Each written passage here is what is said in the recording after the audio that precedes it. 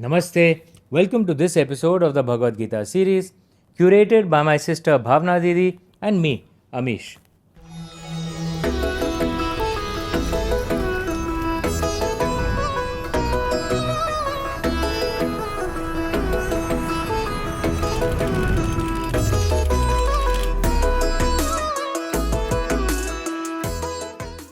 Didi, today we'll be discussing chapter 6, verse 34. Chanchalam hi manah Krishna pramathi balavid dridam tasyaham nigraham manye vayor ivasu dushkaram. Chapter 6, verse 35. Shri Bhagavana uvacha asanshayam mahabaho manodurni graham chalam abhyasena tu kaunteya vairagyena cha grihayate. So, verse 34, the mind is very restless, turbulent, strong, and obstinate, O Krishna. It appears to me that it is more difficult to control than the wind. And then in verse 35, Sri Bhagavan replies, Lord Krishna says, O mighty armed son of Kunti, what you say is correct. The mind is indeed very difficult to restrain, but by practice and detachment, it can be controlled. How beautiful. The importance of practice, the importance of detachment, in some ways, the importance of discipline, because you will practice only when you're disciplined. And if you do not control your restless mind, your turbulent mind, your mind can actually become your enemy. Let's think of some examples from one of the religions that exists in India, the religion of cricket. And the example of, and what comes to my mind, the examples of Sachin Tendulkar, Mohammed Siraj, and on the other hand, Vinod Kambli. Mohammed Siraj first. I mean, please forgive me if my data is wrong, but from what I know, he's the son of an auto driver. And there was this Australia series, which was his breakout series. This is the first time I saw him, and I thought, what a bowler. And I remember this was during that COVID period. There were those quarantines, etc. And what a series it was. I'd watched it from the UK. तो देर रात तक जगे रहते थे, to see it. And his father had passed away during that series, and because of quarantine, he couldn't go back. Right? One can only imagine, and bacha hai yaar, he's young, right? One can only imagine the turbulence in his mind, because a lot of what he's achieved is because of the sacrifices of his parents. And it would be understandable if his mind was turbulent, if he was distracted. But I remember reading that even at that time, he still went for net practice. He was still working hard. He was still disciplined. And that showed in his results, right? He did not let a turbulent mind become, an enemy. And what an example that was in some ways in actually the philosophies of the Bhagavad Gita. And similarly, if you look at Sachin Tendulkar and Vinod Kambli, they emerged at the same time. Mumbai में एक Harris Shield करके होता है. That's when that was their breakout innings. Many people forget that in their breakout partnership, Vinod Kambli had actually scored more than Sachin Tendulkar. They had scored over 600 or something. Bizarre number. I'm forgetting that number, but Vinod Kambli had actually scored more than Sachin Tendulkar. There are some who say that perhaps Vinod Kambli was even more talented than Sachin Tendulkar. Even their coach, Achrekar sir, a legendary coach in Ramakant Achrekar sir, who was a legendary coach in Mumbai and had coached both of them. And he had spoken of Vinod Kambli's immense talent. But Vinod Kambli's turbulent mind, his restless mind, actually became his enemy. Success aaya, it's so easy to get distracted by success because, people hanging around you, अरे ये party आओ, वहाँ जाओ, ये करो, and it's so easy, इतने temptations होते हैं. And it's so easy to just lose track and lose that discipline and stop practicing. It's your practice that gives wings to your talent. Just having talent is not enough. Whereas Sachin Tendulkar, again, I'm quoting a lot of cricket examples. Sorry, I'm a lover of cricket. Remember when Shane Warne had come to India for the first time, and for that was a world-beating Australia team, and India was considered the final frontier. I was young in those days, and Sachin Tendulkar actually practiced and prepared for Shane Warne, because Shane Warne's, I mean, he was a leg spinner, and his top spinners were like lethal. You know, he got Mike Gatting out in a ball that till today is still considered an impossible ball. No one knows how he bowled that ball. Those who don't know about it, Google Mike Gatting getting out to Shane Warne's leg spin. It's like you can watch that video again and again and again. What Sachin Tendulkar did apparently when Shane Warne was coming, that he got leg spinners to bowl to him for apparently a few days, in fact just a full week. He'd roughed up the leg side of the pitch and told those leg spinners, and roughed up one side of the ball so it would spin more. He said, bowl only on this side and keep bowling leg spins. And he kept practicing. And this is kept Sachin practicing. Tendulkar practicing once he had become Sachin Sachin Tendulkar. Tendulkar, he had that much, and he could have said, "I am Sachin Tendulkar." You know, Shane Warne, aa jao, main dekh lunga. But he kept practicing,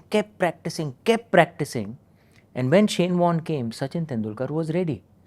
And Shane Warne had actually said in his interviews that Sachin Tendulkar actually destroyed his confidence in that series, right? Just talent is not enough. You have to practice. And like I said, some say Vinod Kambli was even more talented than Sachin Tendulkar. But discipline nahi tha, practice nahi karta tha, getting swayed by temptation, and Bichara didn't do justice to his talent. That's what perhaps Lord Krishna is trying to tell us. Don't let your mind, your restless mind, become your enemy. You're right. You know, long time ago, I had read one of my favorite books actually, a book called Outliers Yeah. by Malcolm Malcolm Gladwell. Gladwell, yeah. And in that book, there's one chapter Ah. in which he talks about practice. And he says the magic number is 10,000 hours. You know, you do something for 10,000 hours, you are the master or mistress of that activity. And he named some very interesting examples in Outliers. He talked about Bill Joywell. There was a time when I taught computer science, taught subjects like Java and assembly language and C++ and C. So, She was a very good teacher. इनके students चारों ओर फैले हुए हैं दुनिया भर में. that's true. So, in the book, sorry, एक joke मन में आ गया, हाँ. बिकॉज मैंने भी प्रोग्रामिंग सीखी थी, and our friends used to call Bill Joy kill Joy.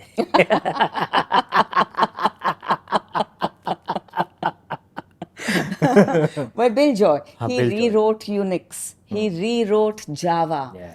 And you know, he was a math whiz, Yeah. and he wanted to grow up and become a biologist or a mathematician. But he landed in University of Michigan around 1971, I think. And University of Michigan, at that time, it was very rare. It happened to have a mainframe computer in a large white room and plenty of time-sharing computer terminals. And Bill Joy got addicted. And he practiced and he practiced and he practiced. Became Bill Joy. Bill Gates, you know, he went to a school in 1968, Lakeside, which had a mainframe computer. Actually, the school was connected to the mainframe computer of Seattle, you know, and the school provided many terminals. Aisa kuch tha. But Bill Gates practiced and practiced and practiced, and well, he dropped out of Harvard and yet became Bill Gates. And then Malcolm Gladwell also talks about the Beatles. Yeah. One of my favorite groups. And the Beatles were actually considered quite pedestrian, actually, you know, in At Liverpool. the beginning, when they just started. In Liverpool, when they began to play.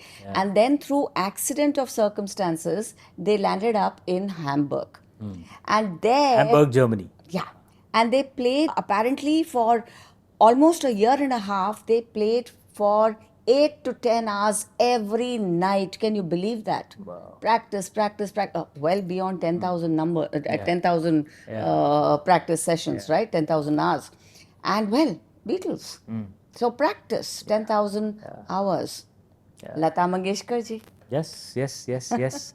And that is a part of our classical music tradition. Just practice, practice, practice again. Riyaz. Ustad Zakir Hussain had said in one of his interviews that his father expected him to keep practicing repeatedly. And he compared practice to devotion, I think. Yeah. Practice is prayer. Yeah. So perhaps the lesson is that you have to have some basic talent. Some basic has to be out there. I mean, गाना आना चाहिए. I can practice for 10,000 hours. Guitar बजाना आना चाहिए. मैं Beatles नहीं होने वाला हूँ सपनों में भी. और I can keep practicing bowling यार मोहम्मद सिराज में नहीं बनने वाला हूँ. But you should have some basic talent in the area you want to pursue, but just that talent is not enough. You have to practice. You have to control your restless mind, and you have to keep practicing. The grind. So, they keep saying luck is where opportunity meets practice. You should be With a ready. basic ability. With a basic ability. You should be prepared when that door opens. Just talent is not enough. And So- when practice becomes absolutely important is when you reach that top. Yeah. When you reach the top, keep practicing. Keep practicing. Riyaz mat bhulo. Riyaz mat bhulo. Yeah. True for writing as well. Yeah. I have a book coming out soon. I am continuing my practice. So Malcolm Gladwell has talked about this. He said practice is important for even basketball players, piano players, fiction writers. Practice. And you know what? Even criminals. Malcolm Gladwell. What can one say about him? But I guess the key thing is you should know where your talent lies. So figure that out first. Don't try and practice in something where you have no basic talent. And that's why you should have some honest feedback. You have some gurus who will tell you where your core talent lies. Ideally, that talent should be something useful. If your 10,000 hours of practice is basically scrolling a timeline, this is it's good. It's 10,000 hours of practice, but it's not really useful.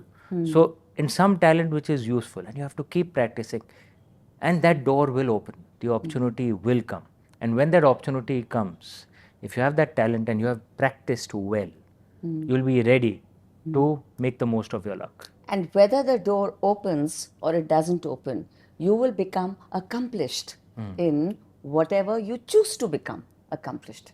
Right? Absolutely. Yeah. Absolutely. It's an end in itself. Absolutely. That's what Lord Krishna is trying to tell us. As Arjuna said, your mind is restless. It can actually be your enemy. Be disciplined, be detached, keep practicing. That's how you achieve success. Wonderful place to end the Bhagavad Gita episode, this episode of the Bhagavad Gita series. We hope you enjoyed it. If you did, hit like and subscribe below so that you can receive notifications when the next episode launches. From Bhavna Didi and me, Namaste, Jai Shri Krishna.